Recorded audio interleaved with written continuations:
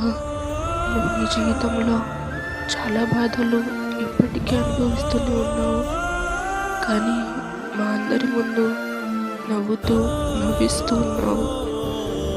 ఇప్పటి వరకు నీ కష్టాలని అధిగమిస్తూ వస్తున్నావు. ఇలాగే ఎట్టి పరిస్థితుల్లో కూడా నువ్వు నీ ధైర్యాన్ని మాత్రం కోల్పోవద్దు అక్క. నీకు కూడా మంచి రోజులు వస్తాయి, రావాలని కోరుకుంటున్నాను. నాకు కష్టం వచ్చినప్పుడు అక్కలా కాదు, అమ్మలా నాకు తోడున్నావు. కానీ నీకు కష్టం వచ్చినప్పుడు నేను సహాయం చేయలేకపోతున్నా అక్క. సారీ అక్క, నన్ను క్షమించు.